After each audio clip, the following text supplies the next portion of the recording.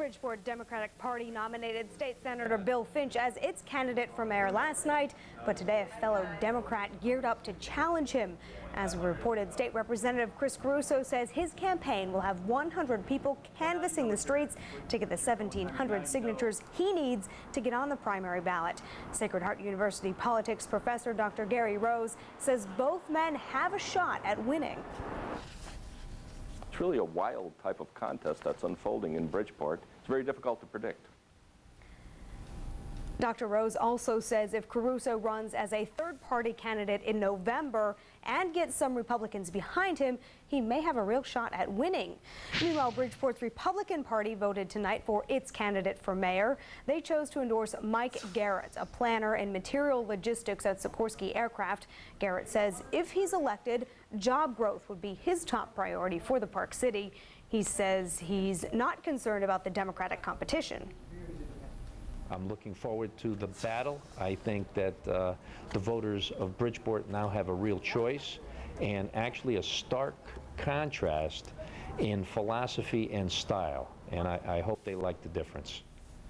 Despite Garrett's confidence, Democrats outnumber Republicans 6-1 in Bridgeport, and traditionally, whoever wins the Democratic primary wins the office. Of course, we'll continue to follow the race very closely.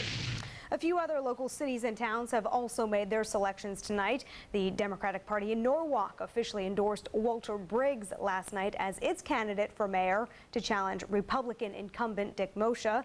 The New Canaan Democrats have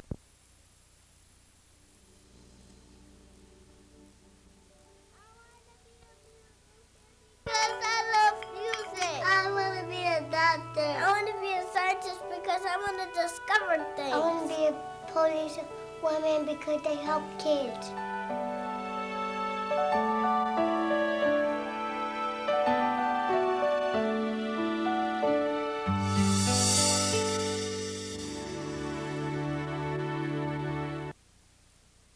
Sisters Cheryl Driscoll and Eileen Baffa started the Mercy Learning Center in Bridgeport. In the school system, we were finding that moms were coming, but really weren't able to read their report, the children's report card. So we began to see that there was a great need in Bridgeport to work with mothers in particular. 4 years ago, they moved the program, which helped women to read, into the building where they once taught. Mercy Learning Center is a literacy program for women who are low-income, low-literacy skilled. And our hope is that these women will become independent persons in society. They are willing to help you, be there for you. They care about you. I mean, they love you like if you was part of their family. Starting with just the two of us and no money, just a dream and an idea. And it just kept growing and growing. And I really think part of the reason why we have grown is so quickly is the fact that we are really serving a very definite need in education. The centerpiece of the Mercy Learning Center program is the tutoring provided by volunteers. Nag. Right. I had a student the other day, we went to the library and she picked out a book from her level, and then a few days later we met and she was so excited. She said, "Oh, this book is so good I can't put it down." And the word dice begins with a D. I'll never forget just a few years ago a story of a woman who came running down the corridor toward me with her hands outstretched, ready to give me a big hug. And as she was running down the corridor, she said, Sister Eileen, I can read, I feel beautiful."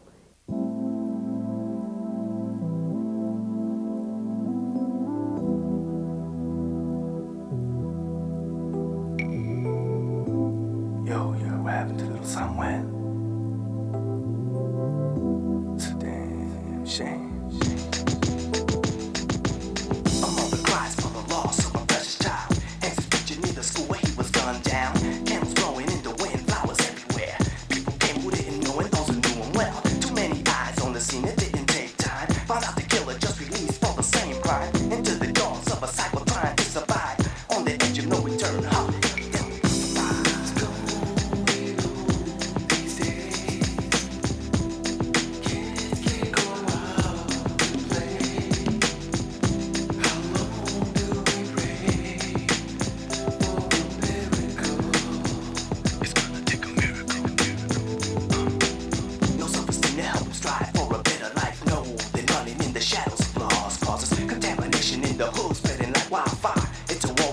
see our endless trails of losses. Taking chances, always saying it's the last time. Mad don't become the devil in disguise. You see, my homie is addicted to his own lies. One day too late before it's time. Booyah! Let's go these days. Kids keep going. How long will we wait for a miracle? It's gonna take a miracle.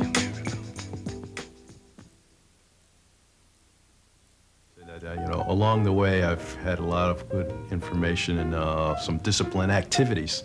I think is probably the key that contributed to having, you know, me run a successful business. Everybody knows little Matchbook covers have all these kind of correspondence school things on it, but back in my day, I saw one that said, become a computer programmer and make $10,000 a year. At the time I looked at it, $10,000 was like more money than anyone made. I mean, nobody made a 5-figure income, at least no one that I knew.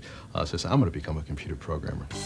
When the internet came alive, not only could we find resources in Connecticut and Westchester, New York, but we can find them across the entire country. So now, instead of just being a local company, what we became was a national company. So now when we had a customer, say like IBM, where we're only servicing them in New York, now we had the capability of servicing them in the entire country.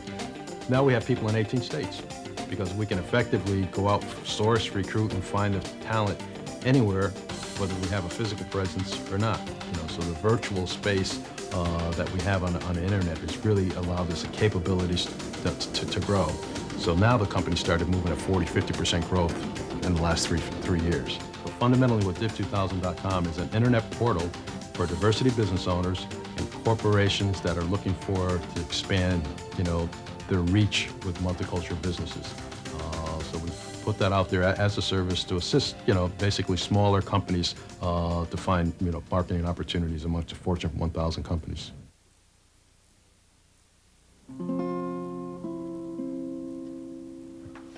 Daddy! I'm glad I chose Neighborhood Health Plan of Rhode Island. They had our doctor. I had no idea. Ms. Thomas? Miss Thomas? Does my doctor take Neighborhood Health Plan of Rhode Island? Yes, and he's ready to see you now. They have our doctor. I had no idea. Honey, it's okay. You're eligible for Right Care health coverage. I had no idea. Without health insurance, medical bills add up. We're eligible. I had no idea. They look great. I had no idea how well we would be treated by the Neighborhood Health Plan of Rhode Island.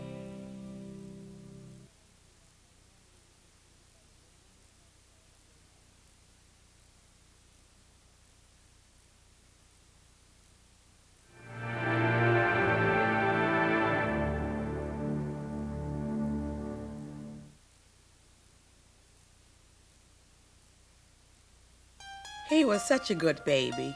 And you know, I took good care of my boy. I always took my little Vinny to the doctor. But he's not little anymore. Oh, Mom, not the family album again. Your little ones can get all-star medical attention from Community Health Network. Come see Mrs. Baker's boy during the Vin Baker Mind, Body, and Soul Tour, a health fair where you'll learn to be strong.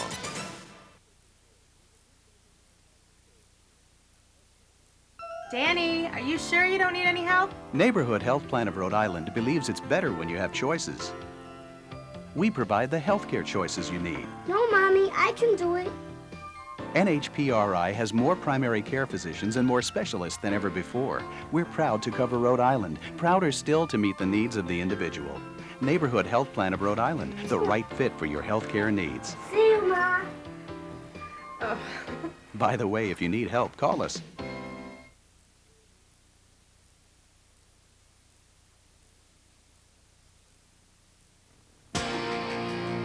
Bridgeport, Connecticut, a city on America's Gold Coast, is on the move.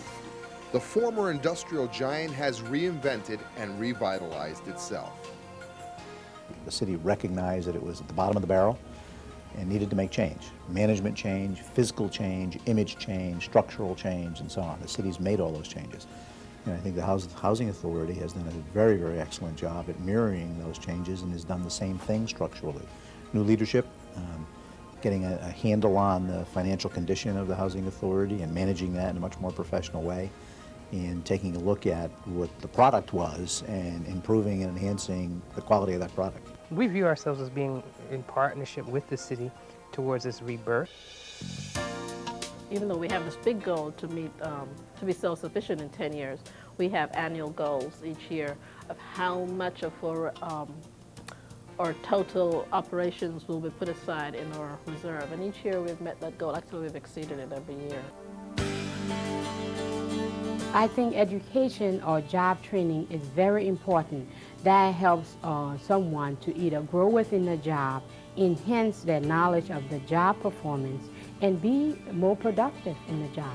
So for example, on a given Saturday, we may work on plumbing at P.T. Barnum sites. And so all of these janitors will get together to learn the different techniques and the different methods of plumbing at P.T. Barnum.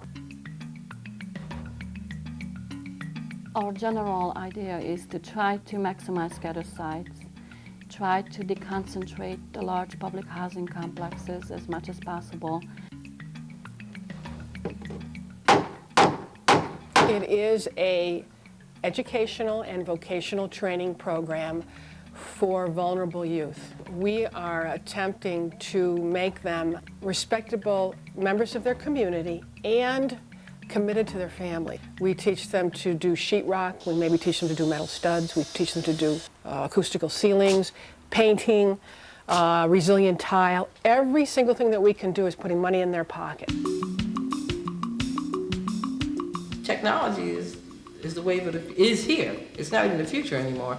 So people have to become literate in technology, because if not, you leave a whole another generation of people behind. So we're doing what we can to close that divide, and people are taking advantage of it. We do have GED training also, which was one of the main focuses of the program. A $1 million BHA investment for a dedicated authority police force has provided residents peace of mind. Is a national success story. From a housing project that certainly had gotten notoriety for all of the ills that people often describe public housing in its worst sense, to home ownership, beautiful new units, almost suburban style, if you will, on that former site, allowing for families to have a piece of the American dream. The hopes and dreams of the BHA are in the potential of its residents. Vernon and Vincent Austin once were BHA residents. Today, they're successful businessmen and BHA contractors. They epitomize resident possibilities. We get to see where we grew up and have the ability to come back and help put it back together. We have an opportunity to give back to the community and play as a significant role model in the community, as opposed to what we saw when we grew up. I read on the wall one day here and was touched by the story about a single parent. A woman wrote 5 or 6 lines, but they're eloquent, I believe. I'm a single parent that has 3 kids, 1 daughter and 2 sons. My daughter is 11 years old. My big son is 10 years old. My baby is 4 years old. My mom, dad, and 2 brothers are living with me. I work 6 days a week to take care of my family. After work, I come to Mercy Learning Center. After school, I go home to cook for my children. Then I go to sleep. It is hard to be a single parent who has to take care of her children and her parents too. All the beautiful fall leaves, yellow, brown, red, orange, gold, a touch of green. My son took me out for breakfast. After breakfast, I went home to clean my house. My name is Farhia Osman. I was born in Somalia, Africa. I have lived in Bridgeport for 3 years. Many people in my family living in Bridgeport too. I started in school. I feel like I'm a new person. and it's going to take me, maybe in the future, to a better job. I feel that I'm the best mother that she ever has. She sees me doing the same thing she's doing, going to school. She sees me getting up, getting her ready, and I know she feels proud of what I'm doing right now. So that makes me feel good. Just wanted Mercy Learning Center to always keep the lights on, because you never know when I might drop by.